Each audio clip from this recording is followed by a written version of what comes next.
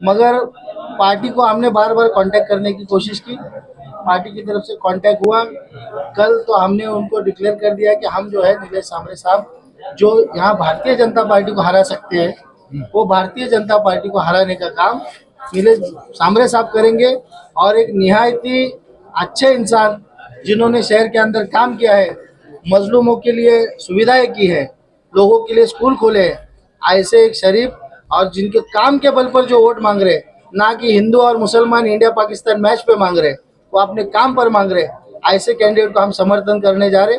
और ये बात को हमने तय किया और आज हमने नीलेश सांबरे साहब का तो समर्थन। आप पार्टी के साथ में समर्थन कर रहे हैं या पार्टी को छोड़कर कर रहे हैं? जी पार्टी देखिए आपके सामने जो बैठे हैं सारे अहदेदारान है, मैं खुद जनरल सेक्रेटरी हूँ, मेरे बाजू में हमारे सीनियर लीडर अबू ताहिर आजमी जो पार्टी के प्रवक्ता है, शहनशाह शेख साहब है, ये फाउंडर मेंबर है, सलीम भाई, अफसर गुरु, सारे जो लोग हैं इस तरफ है।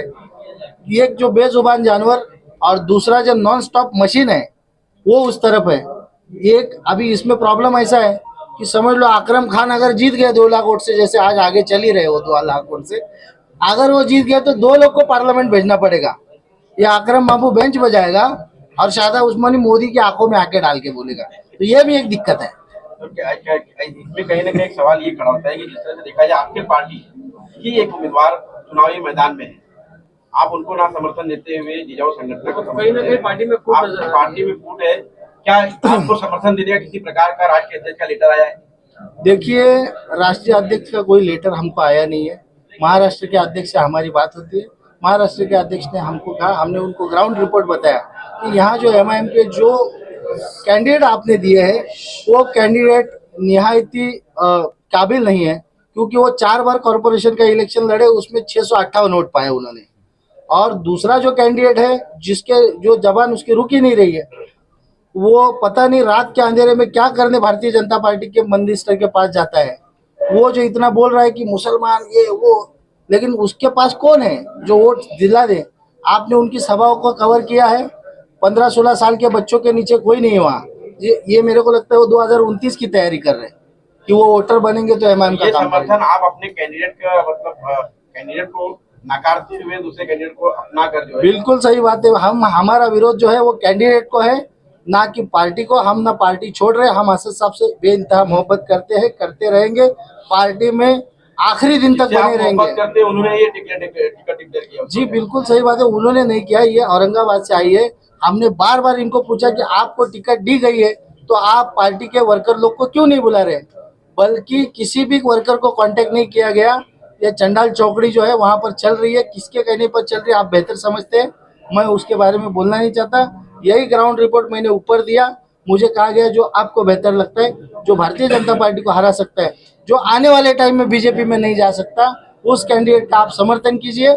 हमने वो कर दिया। हमको लगा नीलेश सांबरे आज ग्रामीण के अंदर 1 नंबर पे चल रहे, तो क्यों ना भिवंडी पे भी उसको 1 नंबर पे लाया जाए। ये खालिद गुड्डू साहब जो हमारे एमआईएम के सदर थे, उन्होंने 44,000 10 दिन में वोट लिया था सिर्फ भिवंडी पश्चिम विधानसभा से। अभी पूरब और पश्चिम में इनके हम 90,000 वोट नीलेश सांबरे साहब को देने की कोशिश करेंगे। पार्टी ने अगर किसी प्रकार का एक्शन लिया, जैसे कि आपने कहा कि पार्टी ने आपको ऐसा कहा है कि आप अपने हिसाब से कर सकते हैं, अगर पार्टी इस पर किसी प्रकार का एक्शन ले तो क्या आप एमआईएम को मानेंगे? नहीं देखिए ऐसा है, एमआईएम को छोड़ने का कोई सवाल ही पैदा नहीं होता। पार्टी अगर हम पर एक्शन लेगी तो पार्टी का डिसिप्लिन अगर हम खराब करें तो पार्टी हमारे खिलाफ एक्शन लेगी, तो हम उसका जवाबदेही है। मगर ऐसी कोई बात नहीं है। पार्टी को हमने 3 तारीख से लेकर आज तक कांटेक्ट करने की कोशिश की, मगर महाराष्ट्र का जो आपका भी जो सवाल है कि इतना लेट क्यों जागे, तो उसमें भी जवाब आपको दे रहा हूँ कि 13 तारीख तक जो है इम्तियाज जलील साहब का इलेक्शन चल रहा था। वो खुद हम उनकी जीत की दुआ करते हैं और वो इंशाल्लाह जीतेंगे और भारी मतों से जीतेंगे। और उसी में सब बिजी थे। हैदराबाद के अंदर हमारे असद साहब खुद लड़ रहे थे, बिहार में हमारे अख्तरुल इमान साहब किशनगंज से लड़ रहे थे, तो सारी जो लोग हैं वो बिजी थे, इसलिए कांटेक्ट नहीं हो पाया। मगर मेरा ये सवाल है कि जो कैंडिडेट पार्टी से लड़ रहा है, क्या उसका जवाबदारी नहीं था कि वो पार्टी के कार्यकर्ताओं को या पदाधिकारी को विश्वास में ले? किन शर्तों पे आपने समर्थन दिया है नीलेश सांबरे को? हमने 3 चीजों का उनसे बात की है। पहली शर्त यह है जो सबसे अहम है कि वो भारतीय जनता पार्टी पे नहीं जाएंगे। उन्होंने उसको यस कहा। उन्होंने परसों के रैली में भी कहा कि मैं जीत कराऊंगा तो भारतीय जनता पार्टी में नहीं जाऊंगा और हारूंगा तो भी भारतीय जनता पार्टी में नहीं जाऊंगा। दूसरी कंडीशन हमारी ये थी कि हम आपको लोकसभा में मदद कर रहे हैं, आप आने वाले 6 महीने बाद जो विधानसभा का चुनाव है उसमें आप पूरी जिजाऊ संगठन और आपके कार्यकर्ता हमको विधानसभा में मदद करें। और तीसरी अहम चीज है कि कॉर्पोरेशन के इलेक्शन में भी वो एमआईएम को समर्थन करेंगे। उन्होंने ये भी कहा है कि जिस तरह से देखा जाए एमआईएम को बीजेपी का बी टीम कहा जाता है, आपका कैंडिडेट देखा जाएगा उतना है, तो आप क्या मानते हैं क्या वो वाकई बी टीम है? ये उसका जवाब वही बेहतर दे सकते हैं। उन्होंने ये भी कहा है कि मैं जीतने के बाद कांग्रेस में जाऊंगा। किन्होंने? सामने साहब ने। हाँ तो जाने दो, कांग्रेस तो सेक्युलर पार्टी है, वहाँ तो सेक्युलर के सारे पुजारी बैठे हैं ना। हमारा विरोध भारतीय जनता पार्टी लेकिन एमआईएम के राष्ट्रीय अध्यक्ष जो है कांग्रेस का भी विरोध करते हैं। कहाँ पे हमको समर्थन दिया हैदराबाद में उन्होंने, तो हम यहाँ पर कांग्रेस में जाएंगे बात की बात है, वो जीतेंगे इंडिपेंडेंट। भारत देश के अंदर ऐसे कई मिसालें हैं जहाँ पर इंडिपेंडेंट कैंडिडेट जीत कर गए हैं।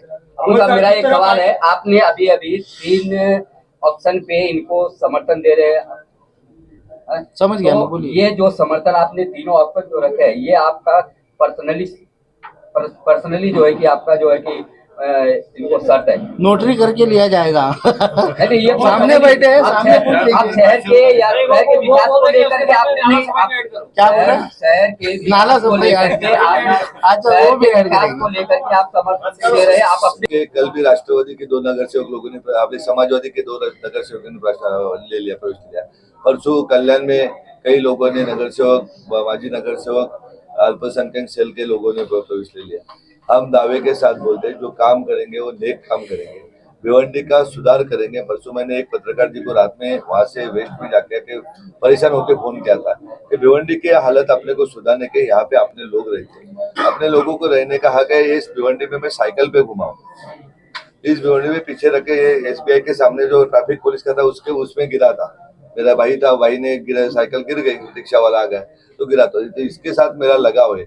यहाँ पे अच्छा एजुकेशन देंगे, अच्छा हेल्थ का पोजीशन देंगे, महिला को सक्षम करेंगे, टोरेंटो का हटा के यहाँ पे बिजली लाएंगे और जैसा टेक्सटाइल पार्क के सूरत का वैसा बनाएंगे। और भाई साहब को शब्द दिया है, एमआईएम को लिख के दिया है हमने कि बाबा हम भारतीय जनता पार्टी में नहीं जाएंगे, हम सेक्युलर थे, सेक्युलर ही रहेंगे। दूसरी बात है क्या सवाल पूछे? कॉर्पोरेशन विधानसभा में हम इनको सहयोग करेंगे। गरम है और जैसा देखा जाए कि कुछ लोग आपको समर्थन देते हैं और अगले दिन जो है वो वापिस मुकर जाते हैं, तो इसके बारे में क्या कहेंगे कि तेजी से जो है बदलाव हो रहा है शहर के अंदर, एक पार्टी को समर्थन दो अगले दिन दूसरी पार्टी में चले आओ? मेरे पास ऐसी कोई बात नहीं है। मैं अभी ऑफिस में अकेले तपास देता हूँ ऐसा कोई हुआ है क्या? राष्ट्रवादी के महिला अध्यक्ष भी हमारे इसमें आए, बहुत लोग आए कई पार्टी से। एक सवाल सर ये है कि जनता का सवाल है कि क्या सामरे साहब 70 किलोमीटर की दूरी पर रहते हैं, अगर चुनाव जीतते हैं तो क्या वो भिवंडी शहर में खास कर से मेल मिलाप करना रहेगा तो कैसे? दादा अभी भिवंडी शहर में 1 लाख हमारे क्लाइंट है जिन लाभार्थी